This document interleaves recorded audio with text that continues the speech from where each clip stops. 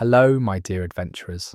Welcome back to another evening of shared stories and adventures. Tonight, we're exploring the world of Stranger Things Season 1. Now, when it first dropped on Netflix back in July 2016, I honestly didn't think it would become the absolute phenomenon it turned into. But the more I'd watched it over the years and looked into all the details, I learned so much from interviews, behind-the-scenes stuff, and just rewatching it with fresh eyes. I think if you're more of a casual viewer or just really enjoyed binging it that first summer, there's a lot of interesting details and lore to unpack. And I'll be covering all the topics I can fit in for tonight, but there's definitely more to come with later seasons. So, we'll start with the setting of Hawkins, Indiana, in 1983, how that world works, and what made it feel so real. Then we'll move on to all the main characters, the Upside Down itself, and a proper walkthrough of the entire season, as well as some behind-the-scenes stuff. Plenty to get talking about. But if you like what I do here, and want a way to support the channel, consider subscribing down below. So way before the Upside Down was opened and before anyone had heard of Eleven or the Demogorgon, Hawkins, Indiana, was just this quiet, unassuming small town in the American Midwest. The kind of place where everyone knows everyone, where kids still rode their bikes everywhere till the streetlights came on, and where the most exciting thing that might happen in a given week was maybe a new high score at the arcade or a decent party when someone's parents went out of town.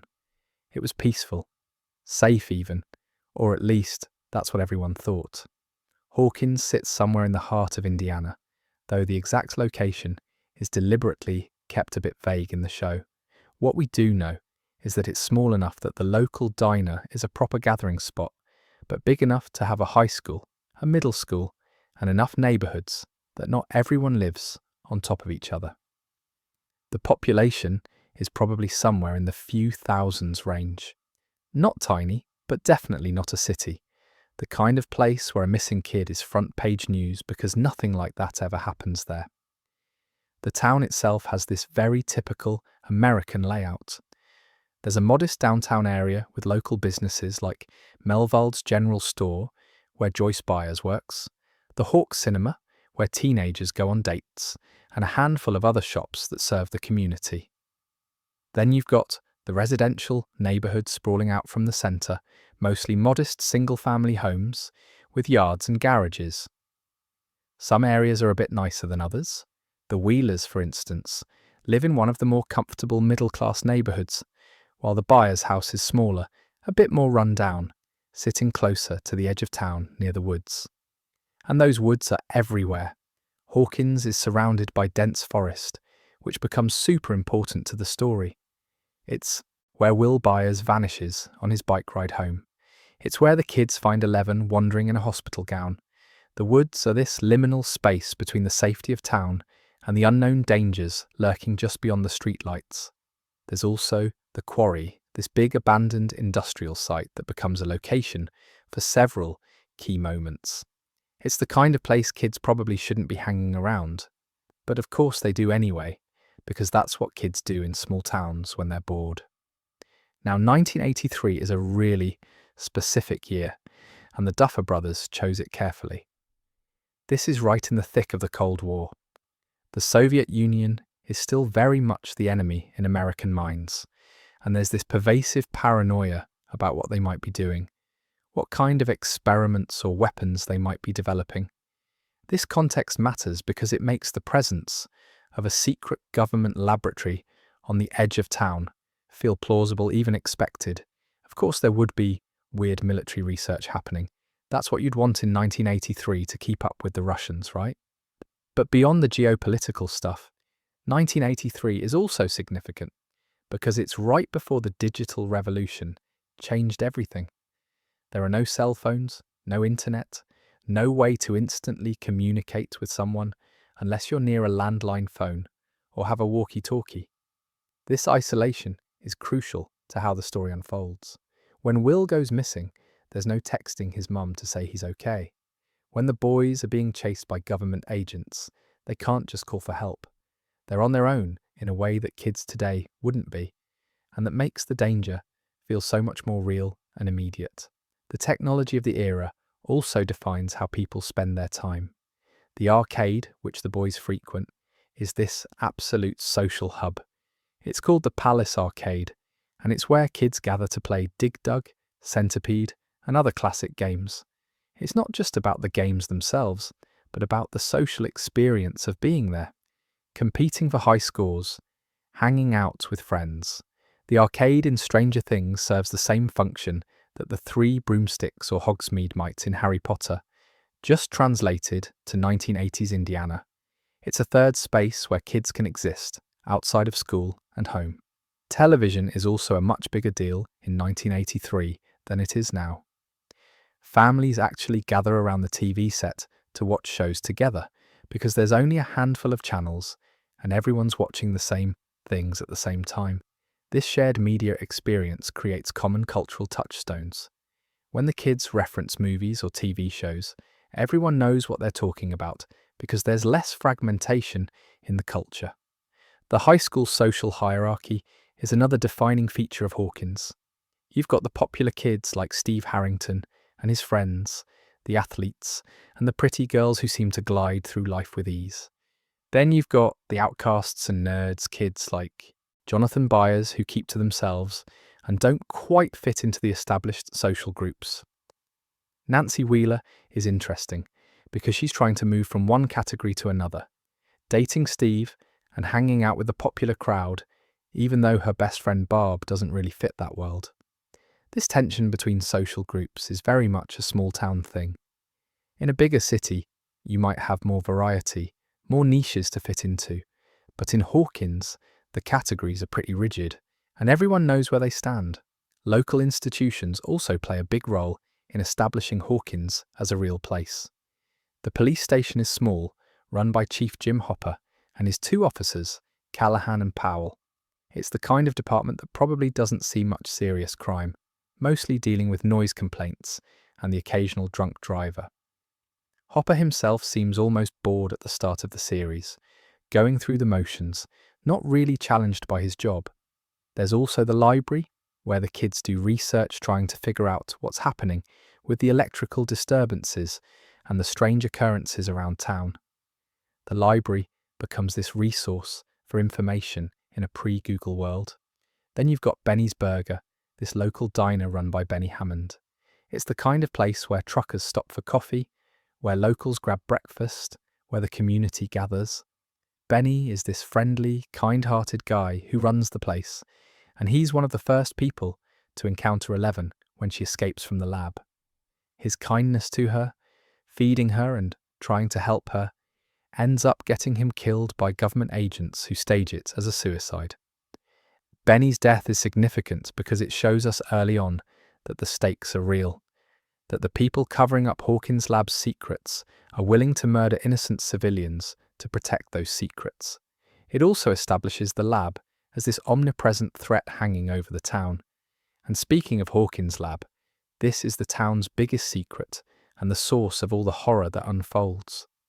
The lab sits on the outskirts of town, this big fenced-off facility that's supposedly a Department of Energy research centre. Most people in Hawkins probably don't think much about it. It provides some jobs, it's got government funding, and it's doing something related to energy or science or whatever. The specifics don't really matter to most locals, but of course the lab is actually conducting highly illegal and extremely dangerous experiments involving psychic children and interdimensional travel. The fact that this facility exists right next to a normal American town, and that the townspeople are completely oblivious to what's happening there, is part of what makes the show so unsettling. The social ecosystem of Hawkins is also really important. This is a place where everyone knows everyone else's business. Joyce Byers' struggles as a single mother raising 2 boys are probably common knowledge around town. People know that her ex-husband, Lonnie, is a deadbeat who doesn't help out. They know she works multiple jobs to make ends meet. When Will goes missing, the entire community mobilizes to search for him because he's one of their own. This tight-knit quality has both positive and negative aspects.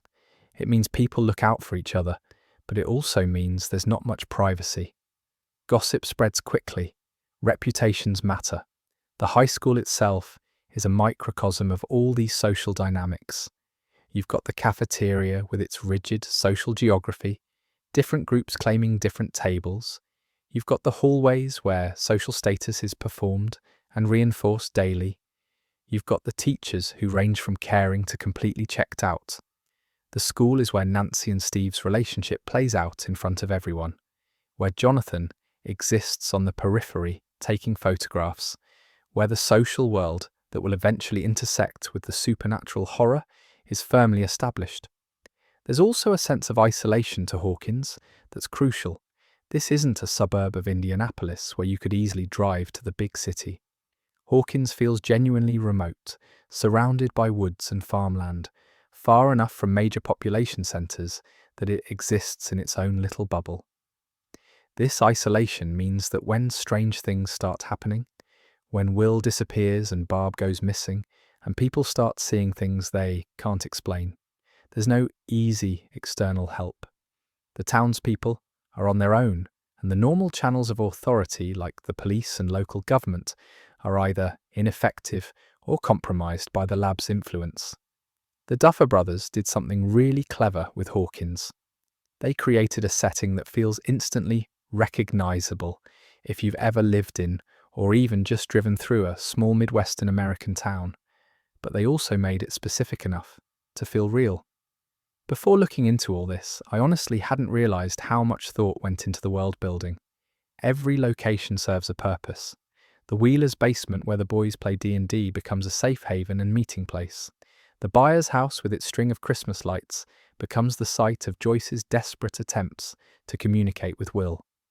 The woods, the quarry, the lab, the school, the downtown, they all interconnect to create this complete geography that you can map in your head.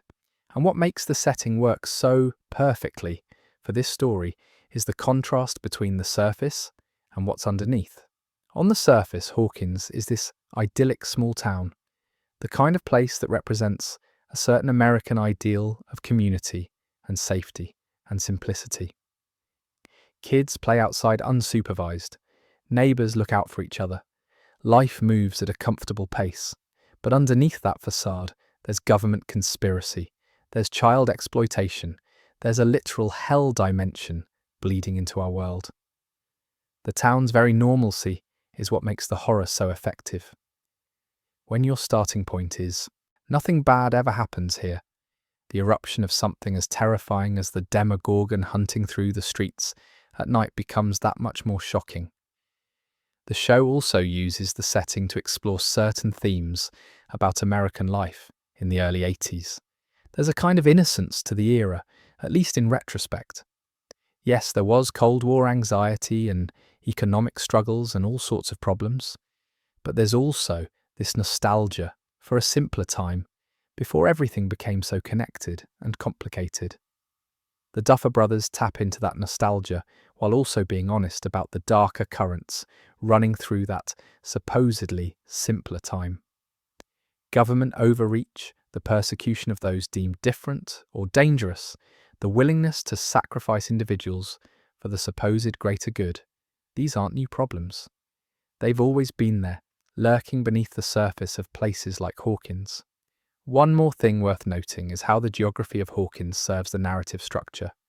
The town is small enough that all our various storylines can intersect naturally. The boys can bike from Mike's house to the woods to the lab, and back in a single day. Nancy and Jonathan can stumble upon the same mysteries that the boys are investigating because they're all operating in the same limited space. The Demogorgon can terrorize multiple locations without it feeling contrived because everything in Hawkins is close enough together. If the setting were any bigger, the plot would fall apart. If it were any smaller, it wouldn't feel real. The Duffer Brothers found exactly the right scale. These elements built the foundation of Hawkins: the quiet streets and the hidden lab, the woods and the arcade, the social hierarchies and the community connections. They all work together to create a place that feels lived in and real. But talking about the town means nothing without talking about the people who lived there. the kids who stumbled into something way bigger than themselves, the adults who had to confront the impossible to save their children. There's 4 boys at the centre of everything, and those are Mike Wheeler, Dustin Henderson, Lucas Sinclair, and Will Byers. These 4 make up what they call the Party, a name borrowed from their Dungeons and Dragons campaigns. They're all around 12 years old, in 7th or 8th grade at Hawkins Middle School, and they've been best friends for years. The kind of friendship where you just assume you'll see each other every day, where you have your established routines and inside jokes, where you can't really imagine your life without the others in it. Their main shared obsession is D&D. They meet up regularly, usually in Mike's basement, for these elaborate fantasy campaigns that can stretch across multiple sessions. They take it seriously too, creating characters, tracking stats, getting genuinely invested in the outcomes of their dice rolls. It's not just a game for them, it's this creative outlet, this way of experiencing adventure and heroism in a world where the most exciting thing that normally happens is maybe acing a test or winning at the arcade. Socially, they're definitely the nerds, the outcasts, the kids who get picked on by bullies like Troy and James, who don't get invited to the cool parties, who spend their Friday nights rolling dice instead of doing whatever it is that popular kids do. But they have each other, and that's enough. There's this real bond between them, this loyalty that gets tested and ultimately proven throughout the season. The night of November 6th, 1983, changes everything. They're finishing up a campaign in Mike's basement, fighting a Demogorgon in the game, and Will has to bike home alone because his mum is working late. That bike ride home, through the dark streets and into the woods, is when Will vanishes. And suddenly, their tight little group is fractured, incomplete, desperate to find their missing friend. Let's start with Mike Wheeler. Mike Wheeler is, I'd say, the heart of the friend group. He's the natural leader, the one who organises their D&D campaigns and keeps everyone focused when things get chaotic. His family lives in one of the nicer neighbourhoods in Hawkins, this comfortable middle-class house with a finished basement that becomes the party's unofficial headquarters. There's his older sister Nancy, who's navigating her own teenage drama with boys and popularity, his younger sister Holly, who's still pretty little, and his parents, Karen and Ted. Ted Wheeler is honestly one of the most accurate depictions of a checked-out suburban dad I've ever seen. He sits in his recliner, reads the paper, asks what's for dinner, and barely registers what's happening around him. He's not mean or abusive, just completely disengaged from his children's lives. Karen tries harder to connect with her kids, especially Nancy, but there's still this generational gap where she doesn't quite understand what they're going through. Mike's family is functional enough, comfortable enough, but there's this emotional distance that makes the basement feel like the kids' true home, rather than the rest of the house. That basement is crucial. It's where the boys gather for campaigns, where they plan their search for Will, where Mike hides Eleven when she literally has nowhere else to go. It's got the classic suburban basement setup with the TV, the couch, the folding table for D&D, boxes of Christmas decorations in the corner. It's comfortable and safe, a kid's domain where adults rarely venture. When Mike brings Elle there and sets her up in the blanket fort, he's offering her the most sacred space he has. Mike's personality is defined by his empathy and loyalty. He's the one who immediately decides to help Elle when they find her in the woods, soaking wet and scared and barely able to speak. Lucas and Dustin are skeptical, worried about getting in trouble or putting themselves in danger, but Mike just sees a girl who needs help. That instinct to protect, to care for others, even at personal cost, is what drives most of his decisions throughout the season. He lies to his parents to hide Elle. He stands up to bullies. He faces down government agents. All because he believes it's the right thing to do. His relationship with Will is particularly strong. They're best friends in that specific way kids can be, where you've known each other so long that you can't remember a time before that person was in your life. Will's disappearance absolutely devastates Mike. He refuses to accept that Will is dead, even when they pull a body from the quarry, even when everyone else seems ready to give up.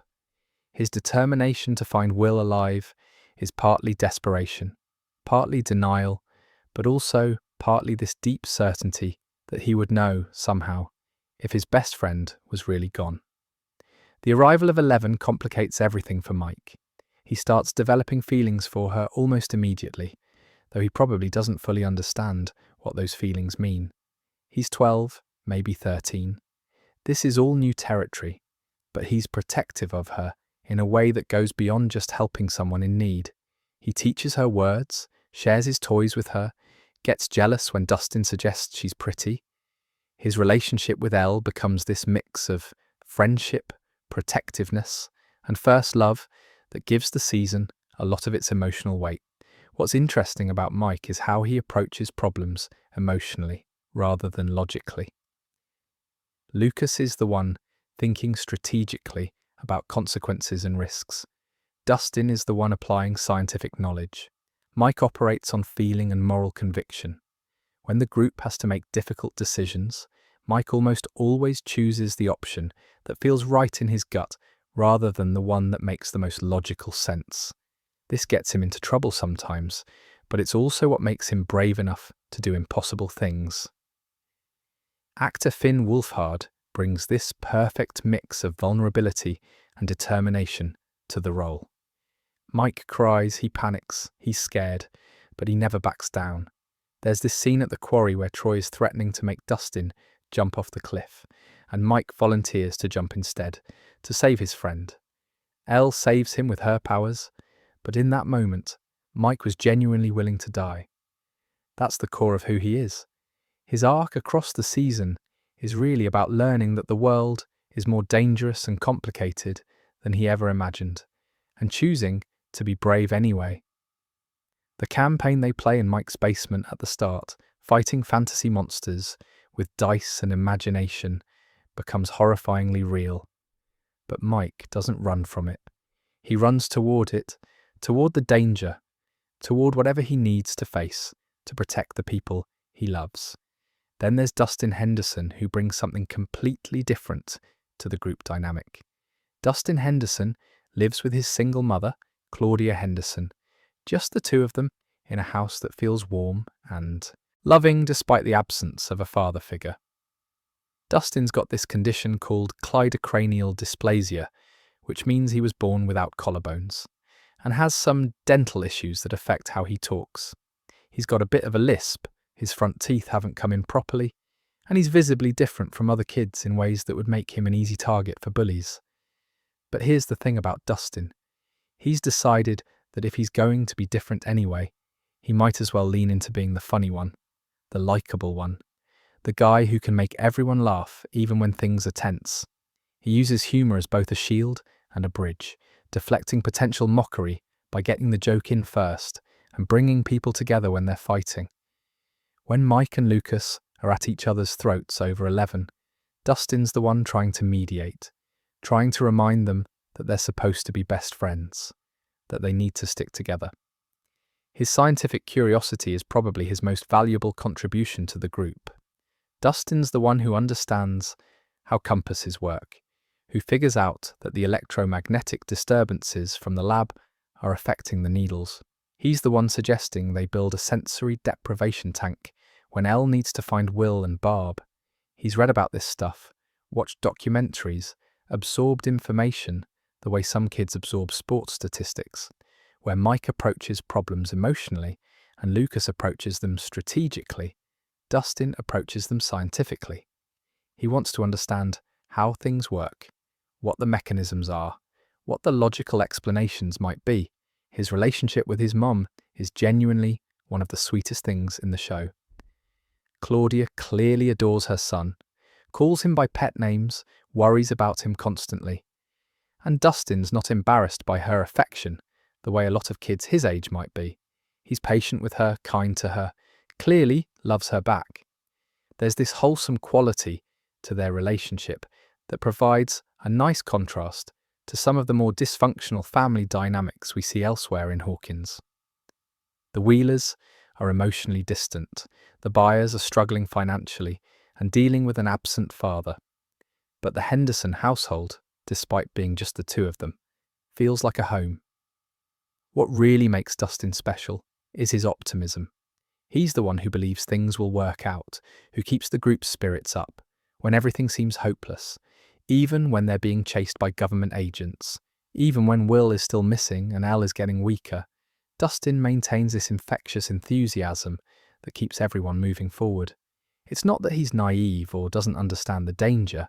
He just chooses to focus on what they can do rather than what might go wrong. Fun fact that a lot of people might not realise, actor Gaten Matarazzo actually has cleidocranial dysplasia in real life, and the Duffer Brothers wrote it into Dustin's character rather than trying to hide it or work around it. That decision, to make Dustin's difference part of who he is, rather than something to be overcome or ignored, is part of what makes the character feel so genuine and lovable. Dustin's condition doesn't define him, but it's also not erased. It just is. Lucas Sinclair brings yet another energy to the group, one that's more cautious and questioning. Lucas Sinclair, I'm not going to lie, is probably my personal favourite of the core four, and here's why. Lucas is the pragmatic realist of the group. He's the one asking the hard questions, thinking through consequences, and refusing to just go along with plans that might get them all killed or arrested. This makes him come across as the antagonist for a good chunk of the season, especially when he's fighting with Mike over 11. But when you actually think about his position, Lucas is being the most rational person in the entire situation. Lucas comes from what seems like a stable, loving family. We don't see much of his parents in season 1, but we do catch a glimpse of his younger sister Erica, who'll become more important in later seasons. His home life appears normal and functional, which maybe gives him more to lose than some of the other boys. He's got something stable that he's risking every time they sneak out to hunt for Will or hide a strange girl with apparent superpowers in Mike's basement. His personality is logical and protective. Lucas thinks like a tactician, almost with a military mindset. He's obsessed with his wrist rocket, this Y-shaped slingshot that he practices with constantly and treats like a legitimate weapon. He's got binoculars for surveillance. He wears camouflage gear.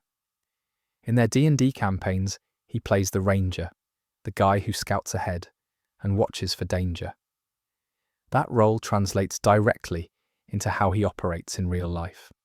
Lucas is always thinking about threats, about what could go wrong, about how to keep his friends safe. So when this girl appears out of nowhere, dripping wet, barely speaking, clearly terrified of something, Lucas's first instinct is suspicion. Who is she? Where did she come from? Why can't she talk properly? What is she running from?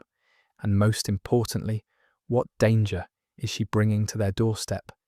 These aren't unreasonable questions. In fact, they're exactly the questions you should ask when a strange person appears in your life under mysterious circumstances. But Mike is already emotionally invested in protecting Elle, and he interprets Lucas's skepticism as cruelty or betrayal. The conflict between Mike and Lucas is one of the most realistic depictions of how childhood friendships can fracture under stress. They're both scared about Will. They're both in over their heads. They're both trying to do what they think is right. But they've got fundamentally different approaches, and neither one can see the validity in the other's perspective because they're 12 years old and emotions are running too high. Mike sees Lucas as heartless for not immediately accepting Elle. Lucas sees Mike as reckless for trusting someone who could be dangerous, for lying to adults, for putting the group at risk. What I think makes Lucas's arc so compelling is that he's not wrong to be suspicious. Elle does put them in danger. Government agents do start hunting for her, which means they start hunting for anyone who's seen her. The boys end up fleeing for their lives, hiding in an abandoned bus, watching people with guns search for them. All of that happens specifically because they're harbouring Elle. Lucas's concerns were valid. The danger he worried about was real. But here's where Lucas shows real growth and courage. Despite his suspicions, despite his fight with Mike, despite having every reason to just go home and let the others deal with the mess, Lucas stays involved. He stations himself on a hill with his binoculars, watching for threats, trying to protect his friends, even when they're not speaking to him. When he sees the agents closing in, he races on his bike to warn everyone. He doesn't abandon them. And when Elle proves herself, when she demonstrates that she's genuinely trying to help find Will, when it becomes clear that she's a victim, not a threat, Lucas does something that a lot of people find hard to do. He admits he was wrong. He apologizes to Elle directly, tells her he was mean to her and that he's sorry. That takes real character, especially for a kid. It's so much easier to double down, to justify your past behavior, to make excuses. Lucas doesn't do that. He sees new evidence, changes his assessment, and owns up to his mistakes. In their D&D terms, Lucas is the ranger who scouts ahead and warns of danger. But in the real adventure they find themselves in, he's also the one who has to learn that not every stranger is an enemy. That sometimes the people who seem dangerous are actually the ones who most need help. His wrist rocket and binoculars, his tactical thinking, his protective instincts, all of those things are valuable. But so is being willing to trust to take risks for people who've earned it, to fight alongside someone you once opposed. Actor Caleb McLaughlin plays Lucas with this perfect mix of stubbornness and vulnerability. You can see him struggling, wanting to protect his friends, but also not wanting to lose them, being scared but refusing to show it. The scene where Lucas and Mike finally reconcile, talking over their walkie-talkies and both apologizing, is one of the most emotionally honest moments in the season. They're just kids trying to navigate impossible situations, making mistakes, but ultimately choosing friendship over pride. Lucas's ultimate acceptance of Eleven, and hers of him, shows that skepticism and trust don't have to be opposites. You can question things, demand proof, maintain healthy boundaries, and still open yourself up to people once they've demonstrated they're trustworthy. That's actually a more mature approach than blind faith or blind suspicion. Lucas figures that out by the end of Season 1, which sets him up to be one of the group's most valuable members going forward. Will Byers, despite being absent for most of the season, is the centre around which everything revolves. Will Byers is the most important character in Season 1, and we barely see him. The entire story revolves around finding him, saving him, bringing him home. But who is he really? We have to piece together Will's character from other people's memories, from flashbacks, from the few desperate moments when he manages to communicate from wherever he's trapped. It's an interesting narrative choice, building a character through absence, making us care deeply about someone who's hardly on screen. What we learn about Will paints a picture of a sensitive, creative, quiet kid. He's artistic, spending hours drawing elaborate fantasy scenes and building things. His most prized possession is Castle Byers, this fort he constructed in the woods behind his house. It's made from old sheets and wooden boards, decorated with drawings, lit by string lights he somehow rigged up. It's his safe space, his creative sanctuary, the place he goes when he needs to escape from the world. The fact that Will built this elaborate hideaway tells you something about his need for refuge, for a place that's entirely his own. His family situation is complicated. Joyce Byers loves her sons with a fierce, almost desperate intensity. She works multiple jobs at Melvald's and probably other places to keep the family afloat. Money is tight. The house is small and a bit run down. Will's older brother Jonathan is protective of him, almost parental in how he looks after his little brother. And then there's Lonnie, their father, who left the family and only shows up later when he thinks there might be money involved from a lawsuit. Lonnie's the type who used to call Will slurs for being sensitive and artistic, who couldn't accept that his son was different from whatever masculine ideal he had in mind. Will's artistic sensitivity and gentle nature made him vulnerable to his father's cruelty, but it's also what makes him special. His friends love him. His mother would burn the world down to save him. His brother would do anything to protect him. Will is loved not despite being different, but because of who he authentically is. The night of November 6, 1983, Will is riding his bike home from Mike's house through the dark streets. He sees something in the road, something wrong, something that shouldn't exist. He crashes his bike and runs. Not home, because home is too far, but to Castle Byers, his safe place. Except Castle Byers can't protect him from what's hunting him. The Demogorgon takes him, drags him into the Upside Down, and Will vanishes from our world entirely. What happens to Will in the Upside Down is shown in brief, terrifying glimpses. He's trapped in this dark mirror of Hawkins, alone, hunted by a monster. But Will survives. He hides in the upside-down version of Castle Byers, making it his refuge even in that nightmare dimension. He's resourceful and brave, managing to evade the Demogorgon for days when most people probably wouldn't last hours. He finds ways to communicate with our world through electrical systems, calling out to his mother through phone lines and Christmas lights. Joyce's Christmas lights alphabet wall becomes their lifeline. Will painstakingly uses what little influence he can exert on the electrical current to spell out messages, to let his mother know he's alive, to beg her to hurry. The song Should I Stay or Should I Go by The Clash becomes their connection. Jonathan had given Will a mixtape with that song, and Will sings it to himself in the darkness, to stay brave, to remember home. When Joyce plays it in the real world, he can hear it somehow, and it guides him, comforts him. Actor Noah Schnapp doesn't have a lot of screen time in season 1, but the moments we do see him are powerful. Will scared and alone, Will trying to be brave, Will's relief when he's finally rescued. There's this sequence called The Now Memories that plays during his fake funeral, showing flashbacks of happier times with the boys, and it's devastating because we're seeing what everyone thinks they've lost. The rescue comes late in the season. Joyce and Hopper venture into the Upside Down, through the gate at Hawkins' lab, find Will unconscious in Castle Byers, covered in some kind of tendril or vine, barely alive. Hopper performs CPR, brings him back, and they carry him home. Will survives, reunites with his family and friends, and seems okay. The final scene of the season shows Will at Christmas dinner with his family. Everything apparently back to normal, except he excuses himself to the bathroom and coughs up a slug-like creature into the sink. For a moment, the world around him flickers into the Upside Down before returning to normal. Something followed Will home. Something is still wrong.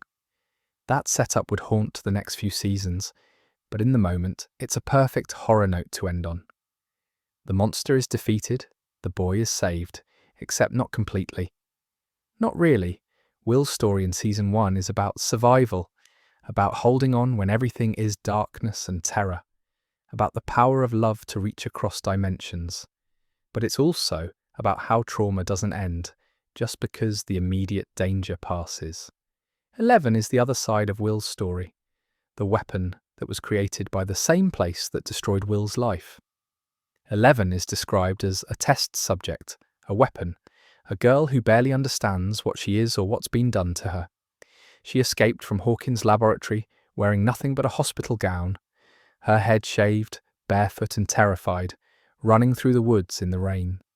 She doesn't speak much at first, and when she does, it's in fragments, single words, her vocabulary limited by years of isolation and probably deliberate deprivation. Her designation is 011, tattooed on her wrist like she's property rather than a person. Her powers are telekinetic. She can move objects with her mind, crush things, kill people if she needs to. She can also perform remote viewing, projecting her consciousness to spy on distant locations, which is what Hawkins' lab was actually using her for. Cold War espionage through psychic children. But using her abilities exhausts her, causes her nose to bleed, drains her physically in ways that seem dangerous. There are limits to what she can do, and pushing past those limits might destroy her. The boys find her in the woods, while searching for Will, and she's drawn to them because they're kind to her, because they offer food and shelter and friendship, things she's never had. Mike names her Elle because 11 is too many syllables, and she accepts this new identity, this simpler version of herself. She starts wearing Mike's clothes, his jacket, looking more like a kid and less like an escaped experiment. Her favourite food becomes Eggos, these frozen waffles that she discovers and becomes obsessed with. It's such a small detail, but it tells you everything about how deprived she's been. She's never had food that tasted good, never had the freedom to choose what she ate, never experienced something as simple as a sweet breakfast. Eggos represent freedom and comfort and normalcy to her. What's remarkable about Eleven's arc is how quickly she learns to be human. She picks up language, social cues, friendship dynamics. She gets jealous when the boys pay attention to other people. She lies to protect her friends. She plays, she jokes, she cries. Underneath the powers and the trauma, she's just a 12-year-old girl trying to figure out who she is. Actress Millie Bobby Brown was 13 when she filmed season 1, and her performance is absolutely extraordinary. She conveys so much with minimal dialogue, using her eyes, her body language, her silence. The scene where she apologizes to Mike for lying, where she says, "Friends don't lie like it's a sacred truth," is heartbreaking because you can see how desperately she wants to be good, to be worthy of their friendship. Elle's connection to the boys, especially Mike, gives her something worth protecting. When government agents corner them at the school, when it looks like her friends are going to be killed or taken, Elle unleashes her full power.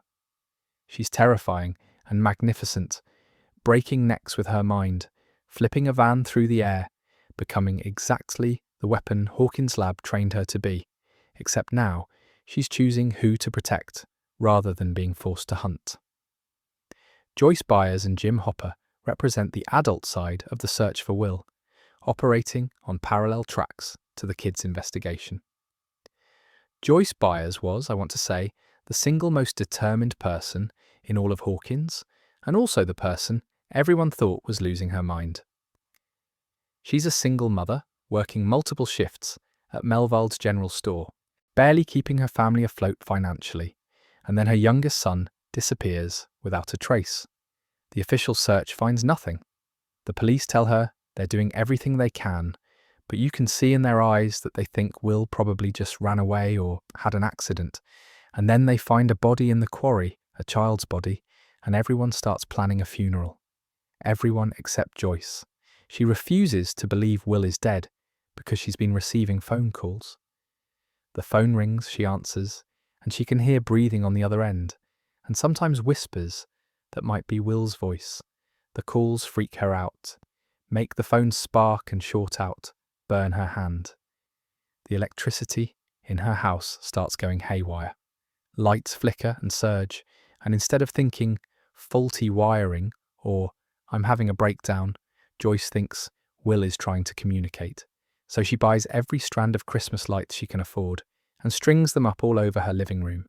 She paints the alphabet on the wall and assigns each letter a bulb, and then she sits there in the dark, talking to the lights, asking her son to spell out messages by making the bulbs glow.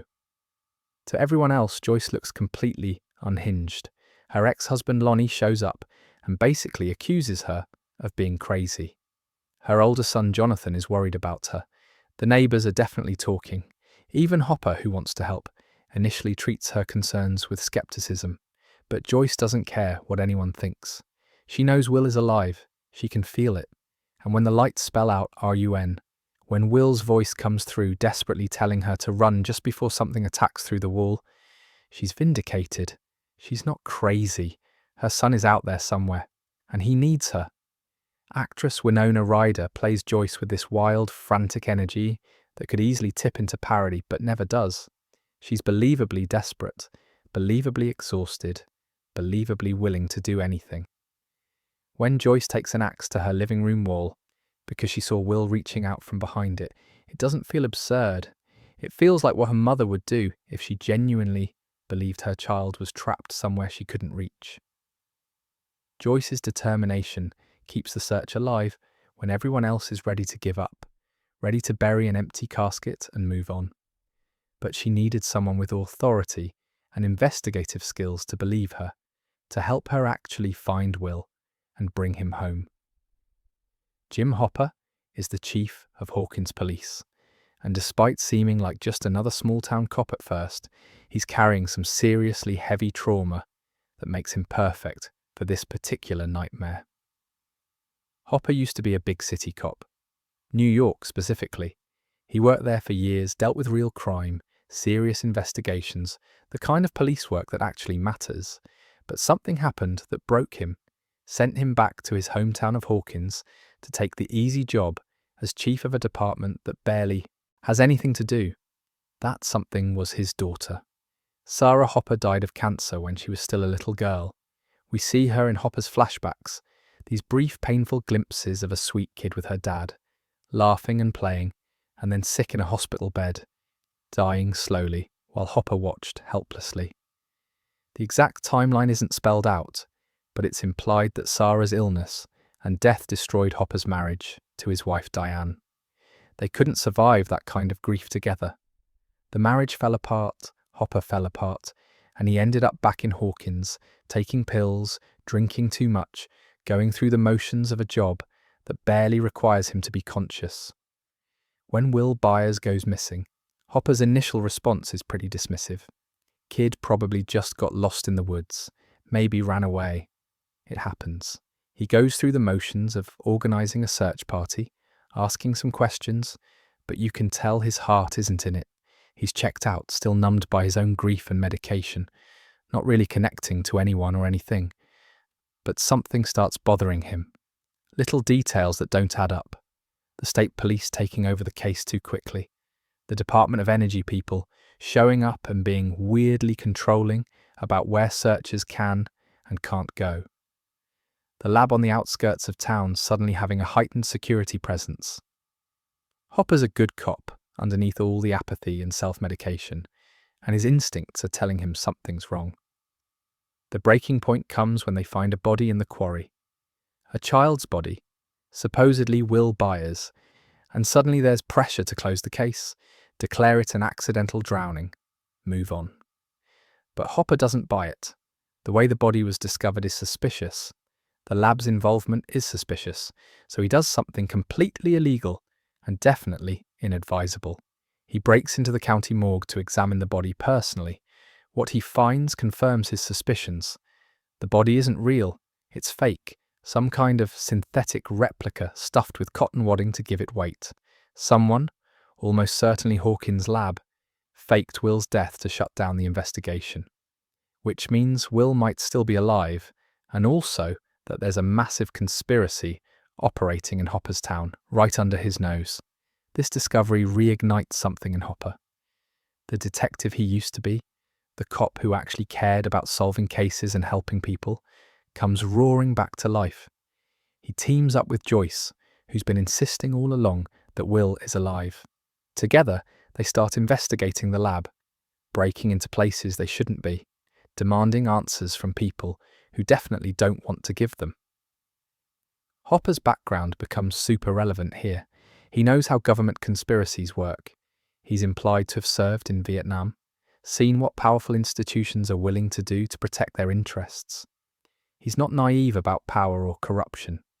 So when he realizes Hawkins' lab is involved in something deeply illegal and dangerous, he knows exactly how careful they need to be. The interesting thing about Hopper is how his personal tragedy prepares him for this impossible situation.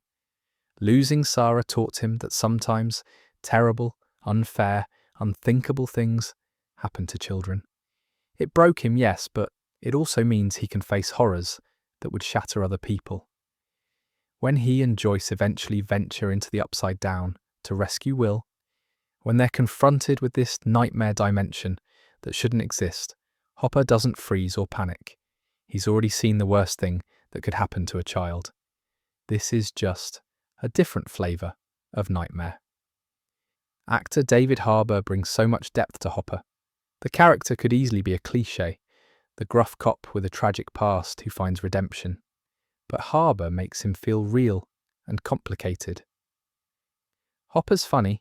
He's got this dry sarcasm that cuts through tense moments. He's physically capable, getting into brutal fistfights with lab security, wading through that disgusting upside-down sludge to reach Will.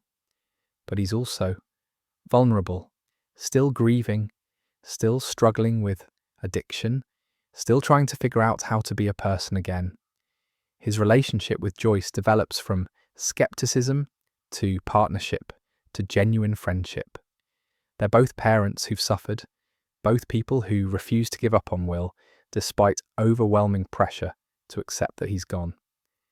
Joyce provides the maternal intuition and determination. Hopper provides the investigative skills and willingness to break rules. Together, they become this unstoppable force driving toward the truth. By the end of season 1, Hopper has made some kind of deal with Hawkins' lab. The specifics aren't clear, but he's leaving Eggos in a box in the woods, suggesting he knows 11 survived and is hiding somewhere. He's compromised his position somehow, trading something to the lab in exchange for their cooperation or silence. That moral ambiguity, the willingness to make questionable deals if it means protecting kids, becomes a defining characteristic of Hopper going forward. What makes Hopper's arc so satisfying is watching someone who was dead inside come back to life through the act of helping others. Saving Will doesn't bring back Sarah. It doesn't fix his marriage or erase his trauma, but it gives him purpose again, something worth fighting for, a reason to stay sober and engaged with the world. The teenagers had their own parallel drama unfolding, and honestly, it's a bit less compelling than the main storylines, but Barb's tragedy became weirdly important to the show's cultural impact. Nancy Wheeler is Mike's older sister, a high school student trying to navigate the complicated social dynamics of teenage popularity. At the start of the season, she's dating Steve Harrington, who's basically the stereotypical popular jock. Good-looking, wealthy family, captain of the basketball team, the kind of guy who throws parties when his parents are out of town. Nancy wants to be part of that world, wants to shed her good girl image and become someone more exciting, more desired. Her best friend is Barbara Holland, who everyone calls Barb. Barb is the opposite of cool. She's got the big glasses, the frumpy clothes, the kind of earnest sincerity that makes her completely invisible to the popular crowd. But she's loyal and caring and genuinely Nancy's friend in a way that the popular kids probably never could be. When Nancy decides to go to Steve's party, Barb comes along reluctantly, clearly uncomfortable, clearly knowing she doesn't belong there. That party is where everything goes wrong. Nancy ends up going inside with Steve, leaving Barb sitting alone by the pool. Barb cuts her hand while opening a beer can, and the blood drips into the water, and then something takes her. The Demogorgon, drawn by the blood, pulls her into the upside down, right there by Steve's swimming pool. One moment she's sitting there, the next she's just gone. Her car is left in the driveway. Her parents have no idea where she is. And Nancy, who was inside with Steve, didn't even notice her best friend disappearing. Barb's death, when they eventually discover it, becomes this source of massive guilt for Nancy. She survived. She was inside being intimate with her boyfriend, while her best friend was being murdered by an interdimensional monster. That survivor's guilt, that sense of having abandoned Barb, drives a lot of Nancy's actions. She becomes determined to find out what happened, to make sure people know Barb didn't just run away, to give her friend's death some meaning. Jonathan Byers, Will's older brother, gets pulled into Nancy's investigation. He's this loner kid who's into photography, who exists on the social periphery, who's dealing with his own family crisis, while Will is missing. Jonathan and Nancy form this unlikely partnership, hunting for the monster, setting elaborate traps, becoming monster hunters with nothing but a spiked baseball bat and determination. There's a love triangle that develops between Nancy, Steve and Jonathan. Steve starts out as kind of a jerk, going along with his friends who vandalize the movie theatre where Jonathan works, slut-shaming Nancy when he's angry. But Steve has this redemption arc across the season where he becomes genuinely better, apologizing for his behaviour, helping fight the Demogorgon, proving he's more than just a popular airhead. Actor Joe Keery makes Steve surprisingly likeable despite his initial douchebag behaviour. The teenage subplot works as a parallel to the main story. Nancy and Jonathan are also investigating strange disappearances, also putting together clues about the Upside Down, also facing the Demogorgon. Their story intersects with the kids' story and the adults' story in the finale when all three groups converge on the same truth. But honestly, Barb became the cultural phenomenon. Right, justice for Barb became this massive internet thing. People were genuinely angry that this sweet, loyal friend was killed off so quickly, that her death was treated as less important than Will's disappearance. Actress Shannon Purser had maybe 15 minutes of screen time total, but Barb became an icon, a symbol of all the overlooked, undervalued people who get left behind when the pretty and popular survive. The Duffer Brothers were apparently surprised by the Barb reaction. They'd intended her death to be tragic, but hadn't anticipated she'd become such a touchstone. Later seasons had to address it, had to show Nancy fighting for justice for Barb, had to acknowledge that her death mattered. Now let's talk about the place where both Will and Barb were taken, the nightmare dimension that sits underneath Hawkins, like a rot beneath floorboards. The Upside Down is a place that literally doesn't exist in our dimension. You won't find it on any map, and it doesn't have a fixed door or even a fixed form in terms of entry. It's a parallel dimension, a dark mirror of Hawkins that exists in the same space, but somehow separately. Like two radio stations broadcasting on frequencies so close they occasionally bleed into each other. Everything in our world has a corresponding location in the Upside Down. The buyer's house, the school, the streets, the woods, they're all there. But they're wrong. Corrupted, frozen in decay, the environment in the Upside Down is absolutely hostile to human life. It's perpetually dark, lit only by occasional flashes of red lightning that illuminate the landscape in brief, terrifying moments. The air is thick with floating particles like spores or ash that drift through the atmosphere constantly. Breathing there is difficult, probably toxic. The temperature is cold, unnaturally so, and everything is covered in this organic, vine-like growth that pulses and moves as if it's alive. The walls, the furniture, the ground, everything is overgrown with these tendrils that seem to be part of some larger connected system. What makes the Upside Down particularly disturbing is how it mirrors Hawkins perfectly. When Will hides in Castle Byers in the Upside Down, it's the exact same fort he built in our world, down to the placement of his drawings on the walls. When Joyce and Hopper search for Will, they have to navigate using their knowledge of Hawkins' geography because the layout is identical. It's familiar enough to navigate, but alien enough to be deeply unsettling. Your brain recognizes the place, but rejects it simultaneously. The dimension seems to operate on different physical rules than our world. Sound travels strangely. Will can hear his mother's voice calling to him, can hear the music Jonathan plays, but they can't hear him unless he uses electricity somehow. The electrical connection between dimensions is the only reliable form of communication. Will manipulating the Christmas lights, the phone calls that Joyce receives, the flickering of every bulb in Hawkins when the gate opens wider, it all suggests that electricity is the bridge between worlds. Time in the Upside Down doesn't seem to move the same way either. Nancy describes being in there as feeling like drowning, like being suspended in something thick and wrong. The decay that covers everything suggests that the upside-down version of Hawkins has been abandoned and rotting for years, even though the real Hawkins is functioning normally. It's like looking at a photograph of your house that's been left underwater to rot, except it's not a photograph, it's an entire dimension. But to get into the upside down, you need access to one of the gates. The main gate is at Hawkins' lab, the massive tear in reality that 11 accidentally created during her experiments.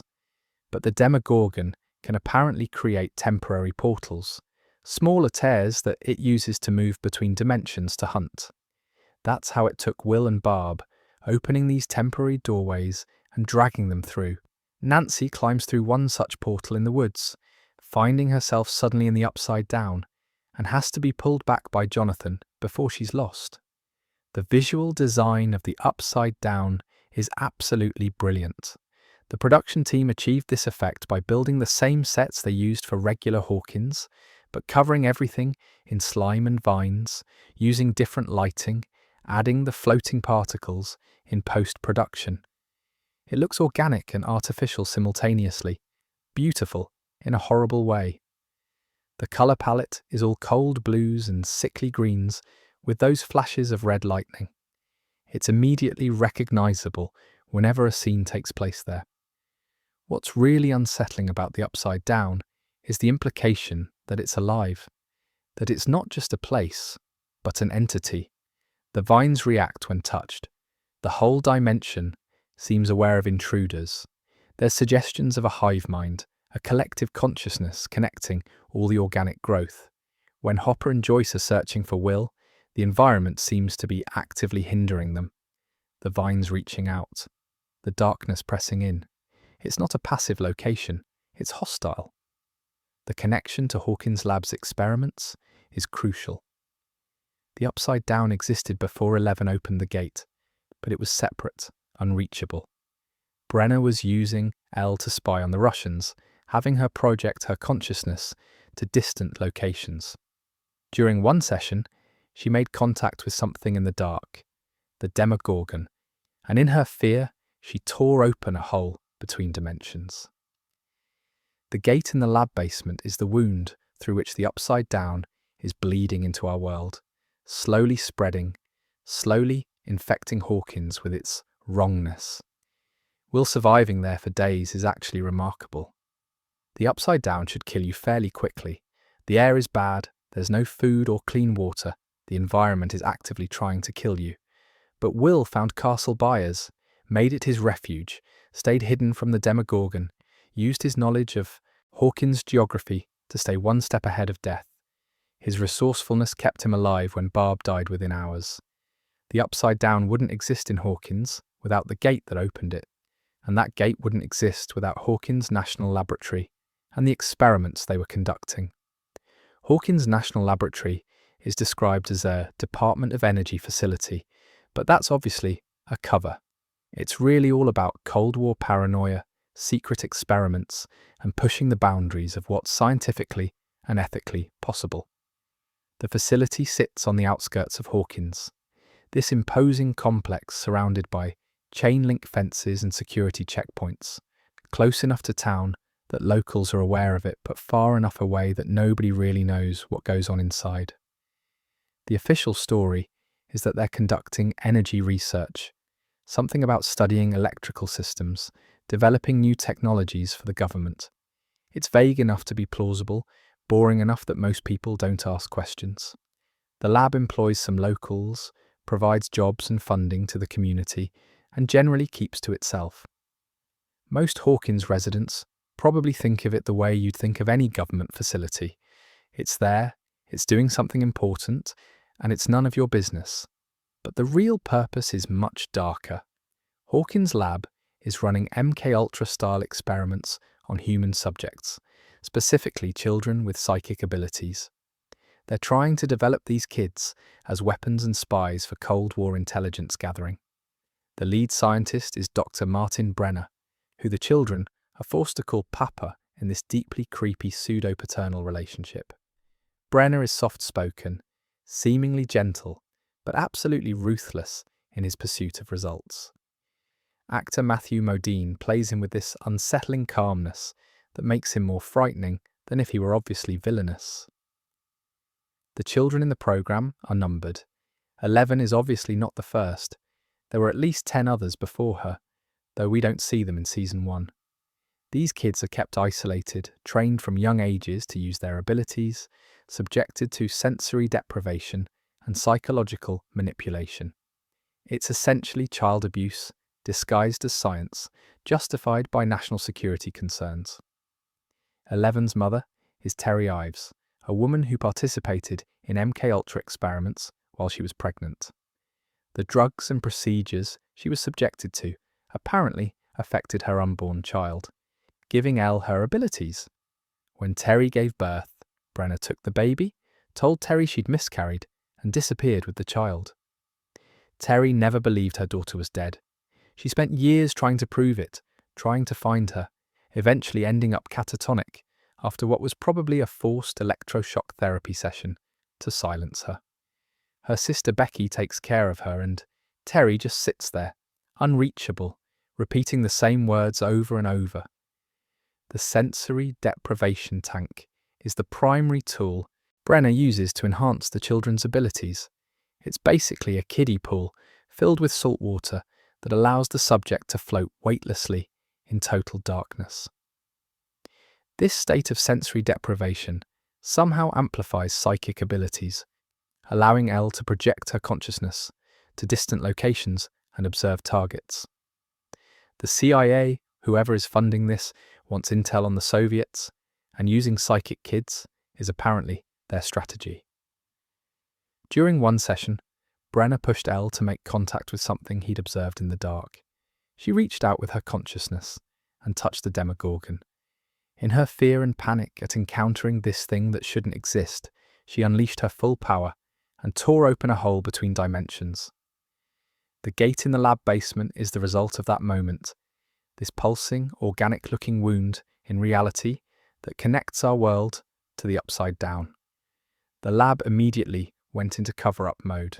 They locked down the facility, deployed armed agents throughout Hawkins, started eliminating anyone who might know what was happening. Benny Hammond, the kind diner owner who tried to help Elle, was murdered, and his death staged as a suicide. When Will Byers went missing, presumably taken by the creature that came through their gate, the lab faked his death to shut down the investigation. They have power over local authorities, unlimited resources, and zero accountability. What makes Hawkins' lab particularly terrifying is how efficiently they operate. Agents appear within minutes when Elle is spotted. They track the boys to the school. They have surveillance equipment everywhere. They're willing to kill children to protect their secrets, as evidenced by the agents preparing to execute Mike, Dustin, and Lucas before Elle intervenes. The lab opened the door, and something came through it, something that had been waiting in the dark for a very long time. If you're trying to survive Hawkins in November 1983, there's one creature that's basically the ultimate nightmare, the Demogorgon. The boys call it that because of their D&D campaign. In the game they were playing the night Will disappeared, they were fighting a Demogorgon, this powerful demon prince from D&D lore. When they start encountering the real monster, when they need a name for it, Demogorgon is what sticks. It's appropriately terrifying and saves them from having to call it the monster all the time. Physically, the Demogorgon is absolutely horrifying. It's roughly humanoid, standing upright, tall and unnaturally thin. But it doesn't have a face, not really. Instead, its head opens up like a grotesque flower, petals of flesh peeling back to reveal this circular mouth full of rows and rows of teeth. The whole design is biomechanical and organic simultaneously, like something that evolved in a completely different ecosystem with completely different rules. Its skin is this wet, glistening texture, and it moves in this disturbing way that's both predatory and alien. The creature hunts primarily by smell, specifically blood. That's how it found Barb at Steve's pool party. She cut her hand, blood dripped into the water, and the Demogorgon homed in on that scent across dimensions. It's like a shark but worse, because it can literally tear holes between worlds to reach its prey. Once it's caught a scent, it's relentless, tracking you through buildings, through the woods, through anywhere you might try to hide. What's unclear is how intelligent it actually is. The Demogorgon definitely hunts strategically. using stealth and ambush tactics. It's strong enough to tear through walls, fast enough to catch adults, and patient enough to stalk victims over time. But whether it's thinking or just operating on predatory instinct is never really established. It might be the upside down's equivalent of a wild animal, or it might be much smarter than anyone realizes. The relationship between the Demogorgon and the upside down is also murky. Is it the only one? Are there more? Is it a native creature of that dimension, or did it come from somewhere else? Season 1 treats it as if it's the singular threat, the monster that came through the gate, but the slug that Will coughs up at the end suggests that the upside down can reproduce, can infect, can spread. The Demogorgon can apparently create temporary portals to travel between dimensions. That's how it moves so unpredictably, appearing and disappearing, hunting in Hawkins, and then retreating to the upside down. These temporary gates look like wounds in reality, organic and pulsing, appearing on walls and trees and anywhere the barrier between dimensions is thin enough to tear. Its victims in Season 1 include Barb, several hunters and lab workers, and it attempts to take Will multiple times. It's shown to be vulnerable to fire, which Nancy and Jonathan use against it. Guns can hurt it, slow it down, but bullets don't seem to stop it permanently.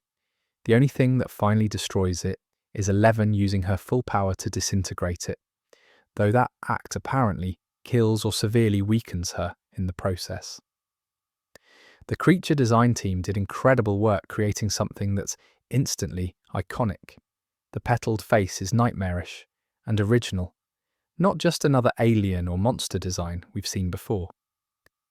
They used a combination of practical effects and CGI, with an actor in a suit for some scenes, and digital enhancement for others. The result is something that feels tangible and real, while also being completely otherworldly. What makes the Demogorgon so effective as a monster is its unpredictability. It can attack from anywhere at any time. You can't reason with it or negotiate. You can only run or fight, and most people aren't equipped to do either successfully. The Demogorgon was the immediate threat, the predator hunting through Hawkins. But understanding how everything unfolded requires actually walking through the season, episode by episode, watching how all these storylines converged and escalated toward that final confrontation. Episode 1, The Vanishing of Will Byers, opens in the worst possible way for Hawkins' lab. A scientist is running through the facility's corridors, absolutely terrified, trying to reach the elevator while something hunts him from the shadows. He makes it into the elevator. The doors close. He's safe for exactly 2 seconds before something attacks from above. The lights go out. He screams. And then the show cuts to the title card, letting you know immediately that this is not going to be a comforting nostalgic romp through the 80s. People die here. Cut to Mike's basement where the boys are deep into their D&D campaign. Mike is DMing, describing how they're facing a Demogorgon, and Will the Wise needs to cast a protection spell, or they're all going to die. Will rolls the dice. It's a 7. Not good enough. Mike describes the Demogorgon attacking, and the campaign ends on a cliffhanger because it's late. The boys need to go home, and this is what happens when you start an epic boss fight at 10 p.m. on a school night. Will rides his bike home alone through the dark streets of Hawkins. The ride is atmospheric and unsettling, even before anything happens. The streetlights cast long shadows. The woods are dark and deep. Will is small and vulnerable on his bike. Then he sees something in the road ahead. Something wrong. He crashes, picks himself up, pedals frantically toward home, but he can't make it. He runs to his house, pounds on the door, but his mum's at work and Jonathan has headphones on. So Will runs to the shed, grabs a rifle, loads it with shaking hands, turns around, and there's something there. The lights flicker. Will vanishes. The next morning, Joyce realizes Will never came home. She calls the Wheelers, calls everyone, growing increasingly panicked. Hopper gets called to investigate, treats it initially as a routine runaway or lost kid situation. The boys learn at school that Will is missing, and immediately start organising their own search because they're not just going to sit around waiting for adults to fix this. Meanwhile, in the woods near the lab, the boys discover a girl. She's soaking wet, wearing a hospital gown, terrified, and her head is shaved. She barely speaks, but when Mike asks her name, she shows him a tattoo on her wrist. Ball. 00111. Mike mishears or simplifies it to 11, and that's who she becomes. The boys sneak her to Mike's house, hide her in the basement, and try to figure out what to do. Elsewhere, a kind man named Benny Hammond, who runs the local diner, finds 11 first, actually, before the boys do in the timeline. He feeds her, tries to call social services to help her, but men in suits show up, men with guns and official-looking credentials, and they shoot Benny in cold blood, staging it to look like a suicide. This happens fast and efficiently, establishing immediately that the people hunting 11 are willing to kill innocent civilians without hesitation. Episode 2, The Stranger, deals with the immediate aftermath and introductions. Joyce is falling apart, convinced something terrible has happened to Will. Hopper is starting to take the case more seriously, organising search parties, questioning people. The boys are trying to learn about 11, who she is, what she can do. She demonstrates her powers by slamming the basement door shut with her mind, which scares Lucas and Dustin but fascinates Mike. Joyce starts receiving phone calls on her landline. She picks up, and there's breathing, static, maybe words she can't quite make out. The calls get more intense. The phone starts sparking, shorting out, burning her hand.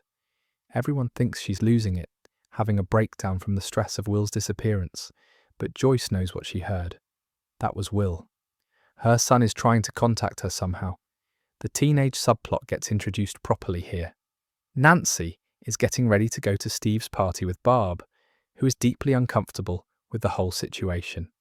Barb knows Nancy is trying to impress Steve, trying to be someone she's not, and Barb doesn't fit into that world at all. But she goes along because that's what friends do. At the party, Nancy goes inside with Steve, while Barb sits alone by the pool. She's trying to open a beer can, cuts her hand, blood drips into the water, and something notices. The lights flicker. Barb looks around confused, calling for Nancy, but Nancy can't hear her, and then Barb is just gone, vanished as completely as Will, leaving only her car in the driveway and blood by the pool. The second episode ends with a massive development. Hopper gets a call. They found a body in the quarry, a child's body. It's pulled from the water, and the town begins to accept that Will Byers is dead. They start planning a funeral. Joyce refuses to believe it, screaming that it's not her son, that Will is still out there. Everyone thinks she's in denial, unable to accept the truth. But back at the Byers' house, Joyce is sitting in the living room when she sees the wall start to pulse and stretch, and then Will's hand pushes through from the other side. Like the wall is made of membrane instead of plaster. She can see him, can see her son trapped in some place dark and terrible, and he's reaching out to her. She reaches back, trying to grab his hand, and then he's gone. The wall returns to normal, but Joyce knows now. Her son is alive. He's just somewhere impossible. These first 2 episodes establish everything perfectly. The mystery, the horror, the multiple investigation tracks, the characters will be following. Nothing feels rushed, but nothing feels slow either. The pacing is exactly right for hooking viewers and making them need to know what happens next. Joyce Byers' Christmas Lights alphabet wall is one of the most iconic images from Season 1, and it comes together in Episode 3, Holly Jolly. After seeing Will's hand push through the wall, after the phone, calls and electrical disturbances, Joyce has a realization. The electricity is how Will is communicating. He's manipulating the current somehow, from wherever he's trapped. So she goes out and buys every strand of Christmas lights she can afford, strings them up across her living room wall, paints the alphabet underneath the bulbs, and creates this makeshift communication device. She sits there in the dark, talking to the lights, asking Will to make them glow if he can hear her. And they do. Individual bulbs light up, spelling out messages letter by letter. RUN. He's telling her to run, warning her of danger, and then something erupts through the wall. Something that definitely isn't Will. Joyce barely escapes. Nobody believes her story, of course. They think she's having a complete mental breakdown. But the lights are real, the communication is real, and Joyce now has a direct line to her missing son. Meanwhile, Hopper is starting to doubt the official story. The body they pulled from the quarry is supposedly Will, but something feels off about the whole situation. The state police are too eager to close the case. The lab is too involved for a simple drowning. He starts poking around, asking questions that people don't want to answer, and he discovers surveillance equipment hidden near Joyce's house. Someone has been watching the Byers family. That's not normal for a missing child case. The boys bring Eleven to school, which is probably not their brightest idea, but they're trying to use her abilities to help find Will. She demonstrates a connection to him through their D&D game board, moving the wizard piece to show where he is. But explaining this to adults seems impossible, so they're trying to investigate on their own. This is also when Elle saves Mike from the bullies Troy and James at the quarry. They're threatening to hurt Dustin, and Mike volunteers to jump off the cliff to save his friend. Elle, watching from the woods, uses her powers to catch Mike mid-fall and break Troy's arm. The boys realize just how powerful and protective she is. Jonathan has been taking photographs around town, trying to find any clue about Will. When he develops the film, he discovers something in the background of one shot, a figure that doesn't quite look human. Nancy sees the photos and recognizes the location as Steve's backyard, where Barb disappeared. They start comparing notes, realizing that whatever took Will might have also taken Barb. Episode 4. The Body deals with the aftermath of the supposed discovery. The town holds a funeral for Will, except Joyce refuses to attend because she knows that Body isn't her son. She's right, of course, but nobody can accept her certainty. The funeral scene is devastating, with the boys crying, the community mourning, everyone except Joyce accepting that Will is gone. Hopper decides to investigate further. He breaks into the county morgue, illegally examines the body, and makes a crucial discovery. It's not real. It's a fake corpse, some kind of synthetic replica stuffed with cotton to give it weight. Someone faked Will's death, and the most likely culprit is Hawkins' lab. This changes everything. If they're covering up Will's disappearance, if they're willing to create a fake body and stage a drowning, then whatever is really happening is so much worse than anyone imagined. Nancy and Jonathan's partnership deepens. Nancy climbs into the woods looking for Barb, following the trail of blood, and discovers a wounded deer. As she's trying to help it, something drags the deer away into a hole in a tree. Nancy follows, climbing into this organic-looking portal, and suddenly she's in the upside down. She can see the Demogorgon feeding, can see Barb's corpse, and she's absolutely terrified. Jonathan hears her screaming, finds the portal, reaches in, and pulls her back before she's trapped there forever. Hopper and Joyce team up and break into Hawkins' lab, demanding answers. They're caught almost immediately, drugged, and wake up back in their respective homes, with no memory of how they got there. The lab is clearly willing to use any means necessary to protect their secrets, including drugging and abducting law enforcement. By episode 4, all the various threads are starting to weave together. The kids know about Eleven's powers and her connection to Will. Nancy and Jonathan know about the Upside Down and have seen the monster. Hopper and Joyce know about the lab's conspiracy and the fake body. Everyone is investigating the same mystery from different angles, getting closer to the truth, but also getting deeper into danger. The stage is set for everything to escalate even further. The next 2 episodes are where the group dynamics really start fracturing under pressure. Episode 5, The Flea and the Trap, focuses heavily on the Mike and Lucas conflict over Eleven. Lucas doesn't trust her, thinks she's lying about things, believes she's putting them all in danger. Mike has become completely devoted to protecting her, sees her as both a friend and something more. The argument escalates until Lucas actually leaves the group, bikes away on his own, declaring he's going to find Will without their help. This split is painful to watch because both boys have valid points and neither can see past their own position. Lucas isn't wrong to be cautious. Elle did lie to them about knowing where Will was. She is connected to the lab somehow, and the lab is hunting them. Mike isn't wrong to protect her. She's clearly terrified, clearly a victim of something horrible, clearly trying to help despite her limitations. But they're 12, and subtlety isn't really an option when you're that scared and that invested. Meanwhile, Hopper and Joyce are dealing with the aftermath of their lab break-in. They wake up in their homes with false memories implanted, thinking they imagined the whole thing. But physical evidence contradicts those memories. Hopper has marks on his arm. Joyce has bruises. They piece together that they were drugged and manipulated, which only confirms that the lab is hiding something massive. They realize they need to find another way in, another way to get to the truth without being caught. Eleven's backstory starts emerging through flashbacks. We see her in the sensory deprivation tank, making contact with something in the void. We see Brenner pushing her, demanding more, always more. The boys decide to build their own sensory deprivation tank using the school pool, tons of salt, and a kiddie pool. It's this DIY science project that somehow actually works. Elle gets into the tank, floats in the darkness, and projects her consciousness to search for Will and Barb. What she finds is devastating. She locates Barbara Holland first, slumped against a tree in the upside down, very clearly dead. Nancy has been holding out hope that Barb is alive somewhere, just missing, but Elle confirms the worst.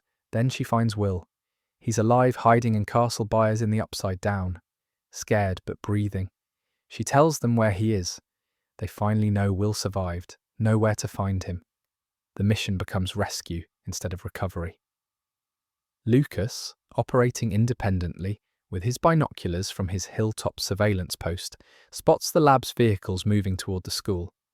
He tries to warn the others over the walkie-talkie, racing on his bike to reach them before the agents do. It's his moment of proving that, even when he's separated from the group, he's still protecting them, still looking out for his friends. Episode 6, The Monster, sees Nancy and Jonathan preparing to fight. They know what took Barb and Will. They know it can be hurt, so they go shopping for monster hunting supplies, buying bear traps and gasoline and baseball bats, preparing to lure the Demogorgon and kill it. There's this scene of them in Jonathan's room, treating each other's wounds from their various encounters, and you can feel the shift in their relationship, from strangers to partners, to something that might become more. Steve Harrington's redemption arc begins here too. He realizes he was a jerk, that he let his friends pressure him into cruel behavior, that he actually cares about Nancy more than maintaining his social status. He goes to the movie theater to apologize to Jonathan, starts the process of becoming a better person. The boys, meanwhile, are formulating their plan to find Will based on Elle's information. Mike and Lucas reconcile over the walkie-talkies, both apologizing, both acknowledging they were wrong to fight. The group is whole again, just in time for everything to escalate to its climax. The pieces are in place for the final confrontations, the rescue mission, and the revelation of exactly what Eleven's connection to all of this really is. Episode 7, The Bathtub, is where all of Eleven's backstory comes flooding out. The makeshift sensory deprivation tank that the boys built actually works. And when Elle floats in, the darkness, her memories start returning with brutal clarity. We see her childhood, her training, her abuse, everything Brenner did to create her into a weapon. Terry Ives was a college student who volunteered for government experiments, not realizing she was part of the illegal MKUltra program. She was pregnant with Jane, her daughter, when they dosed her with LSD and other drugs, subjected her to electroshock therapy, pushed her through psychological torture disguised as research. The baby was affected by all of it, developed abilities that shouldn't be possible. When Terry gave birth, Brenna took the child, told her it was a miscarriage, and disappeared with little Jane into the depths of Hawkins' lab. We see young Elle, maybe 4 or 5 years old, being trained by Brenna. He's soft-spoken and gentle on the surface, calling himself Papa, but he's systematically breaking this child down and rebuilding her as a tool. She's not allowed normal childhood experiences. She lives in isolation. She trains constantly, learning to move objects with her mind, learning to project her consciousness, learning to be obedient. The other children in the program are implied but never shown. 11 wasn't the first experiment. She was just the most powerful. The crucial memory comes when Brenna pushes Elle to make contact with something he detected during her remote viewing sessions. There's something in the dark, something that exists in a space between spaces. He wants her to reach out to it, to observe it, to report back on what the Russians might be hiding in this impossible void. Elle, terrified but obedient, extends her consciousness into the darkness and touches something. The Demogorgon. It's aware of her. It reaches back. And Elle panics, unleashes her full power in terror, and tears open a hole between dimensions. The gate in Hawkins' lab basement is born from that moment of contact, that moment of fear. Brenner's experiment to spy on the Soviets accidentally opened a door to somewhere much worse. And the thing Elle touched in the dark came through. Back in the present, floating in the tank, Elle uses her abilities to search the Upside Down for Will. She finds him in Castle Byers, his refuge even in that nightmare place. He's weak, sick, barely holding on, but he's alive. He's singing to himself, "Should I Stay or Should I Go" by The Clash, the song Jonathan gave him, using it as an anchor to remember home and stay brave. Elle tells the others where he is, that he's running out of time, that they need to move now. The episode also shows us Terry Ives in the present day, catatonic in her sister Becky's house. Terry sits in a chair, staring at a television, repeating the same words over and over. Breathe, sunflower, rainbow, 3 to the right, 4 to the left, 450. These are fragments of her memories, the last moments before they destroyed her mind to silence her search for Jane. Becky explains that Terry never gave up looking for her daughter, and the lab finally stopped her permanently with forced electroshock therapy that left her unreachable. Elle's real name is Jane. Jane Ives. She was stolen from her mother, raised in captivity, trained as a weapon, and her attempt to escape led to everything that's happened.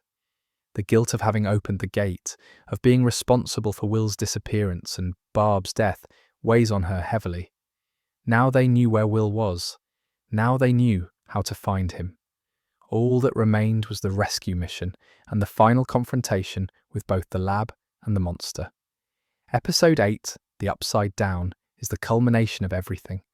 And honestly, the execution of how this finale brings together all the separate storylines into one coherent, emotionally satisfying conclusion is pretty wild.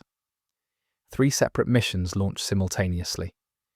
Joyce and Hopper are going into the Upside Down, through the gate at Hawkins' lab to rescue Will. Nancy and Jonathan are setting their trap at the Byers' house to kill the Demogorgon, and the boys are trying to reach the gate with Eleven's help, hoping she can close it and end this nightmare. All 3 groups believe their plan is the one that will save the day, and in a way, they're all right. The boys are biking toward the lab when government vehicles cut them off. They're surrounded by agents with guns, men in hazmat suits, the full force of Hawkins' lab's security apparatus. There's no escape. They're kids on bikes against armed adults, with orders to contain the situation by any means necessary. The agents close in, and it looks genuinely hopeless. Then the cavalry arrives in the form of 11. She's been resting, recovering her strength after the sensory deprivation tank session. Now she steps out of the woods and unleashes absolute hell on the agents. She breaks necks with her mind, snaps bones, kills multiple armed men without even touching them. When a van tries to block their escape route, she flips it through the air like it weighs nothing. It's terrifying and magnificent simultaneously. this small girl, with blood pouring from her nose, protecting her friends with lethal force. But the effort exhausts her completely. She collapses, barely conscious, and the boys have to carry her. They make it to the school and barricade themselves inside, knowing the agents will regroup and come for them. Mike, Dustin, and Lucas prepare to make their final stand, armed with nothing but Lucas's wrist rocket and Dustin's optimism. Meanwhile, Nancy and Jonathan have set up their elaborate trap at the buyer's house. Bear trap in the hallway, gasoline poured everywhere, weapons ready. Nancy cuts her hand deliberately, letting blood drip to attract the Demogorgon. They're hunting the monster, using themselves as bait. The Demogorgon comes, crashes through the ceiling, and they spring the trap. The bear trap catches it. They light it on fire. They beat it with the spiked baseball bat that will become iconic in later seasons. And incredibly, they hurt it badly enough that it retreats back through a portal. Steve Harrington shows up at exactly the wrong moment, sees the aftermath, and instead of running away like any sensible person would, he grabs the bat and helps them fight. This is his redemption completing, the popular jock becoming a genuine hero, proving he's more than his social status. At the lab, Hopper and Joyce have made a deal. The exact terms aren't clear, but Hopper has bargained for access to the gate in exchange for something. Probably his silence about what he's discovered. They're escorted to the basement where the gate pulses and writhes this organic wound in reality. They put on hazmat suits and step through into the Upside Down, leaving behind everything safe and familiar. The Upside Down sequence is absolutely haunting. Joyce and Hopper wade through the dark, calling for Will, searching the Upside Down version of the Byers' house. They find Castle Byers, and inside they find Will. He's unconscious, covered in vines or tendrils that have grown into his mouth, barely alive. Hopper tears the vine out, performs CPR, desperately trying to bring this kid back. Joyce is begging Will to come home, to wake up, to stay with her. And finally, Will gasps and breathes. They carry him out of the Upside Down, through the gate, back to Hawkins' lab. He's rushed to the hospital, where he reunites with his brother Jonathan. The Byers family is whole again. Against all odds, Will survived. But back at the school, the boys are trapped. Dr. Brenner has arrived personally, walking through the hallways, calling for 11. 11, come with me, it's time to go home. He's not threatening, he's not angry, he's calm and paternal, which makes him so much creepier. Brenner truly believes he's Elle's father, that he has the right to take her back, that she belongs to him and his experiments. 11 is terrified of him. Mike and the boys form a protective circle around her, refuse to let Brenner take her. And then the Demogorgon arrives, bursting through the walls of the school, attacking everyone indiscriminately. The lab agents open fire, bullets hitting the creature, but not stopping it. It tears through security personnel, killing multiple people. Chaos erupts. Brenner gets attacked by the Demogorgon, dragged away, presumably killed, though we never see a body. The monster then turns on the boys, and they're completely helpless. It's about to kill them when 11 stands up. She's so weak she can barely move. Blood is streaming from her nose, but she positions herself between the Demogorgon and her friends, and uses everything she has left. The fight between Elle and the Demogorgon is brief and absolute. She pins it against the wall with her mind, holds it there as it struggles and screams. The lights in the school flicker and explode. The building shakes. Elle is disintegrating the creature at a molecular level, erasing it from existence, and the effort is destroying her too. She turns to Mike, says, "Goodbye, Mike," and then both she and the Demogorgon vanish in a burst of light. Mike is devastated. He just lost 11. Dustin and Lucas are in shock. They stumble out of the ruined school into the arms of their parents, who've been frantically searching for them. The boys are safe, Will is found, but the cost was Elle's apparent death. The epilogue takes place 1 month later at Christmas. Will is home from the hospital, seemingly recovered, enjoying Christmas dinner with his family. Everything appears normal. The boys are back to playing D&D in Mike's basement, trying to return to their old routines, though Mike is clearly still grieving Elle. Nancy and Jonathan have grown closer. Joyce and Hopper share a moment of connection. Life in Hawkins is attempting to go back to normal. Except Will excuses himself from Christmas dinner to use the bathroom. He coughs into the sink, and a slug-like creature comes up. For a moment, just a flash, the bathroom around him flickers into the upside down, before returning to normal. Something followed Will home. Something is still inside him. The infection has spread. And in the final scene, Hopper is driving through the woods to a clearing where he's left a box. Inside the box, Egos. He's been leaving them regularly. The implication is clear. 11 survived somehow, and Hopper knows where she has been protecting her secret, keeping her fed while she hides in the woods. The finale delivers on every promise the season made. Will is rescued. The Demogorgon is defeated. The conspiracy is exposed, but it also sets up that nothing is truly resolved. The Upside Down still exists. Will is infected. 11's fate is uncertain. The story isn't over. It's just reached the end of Chapter 1. And that, my dear friends, is where we'll end tonight's coverage of the season itself. But there's more to Stranger Things than just the plot.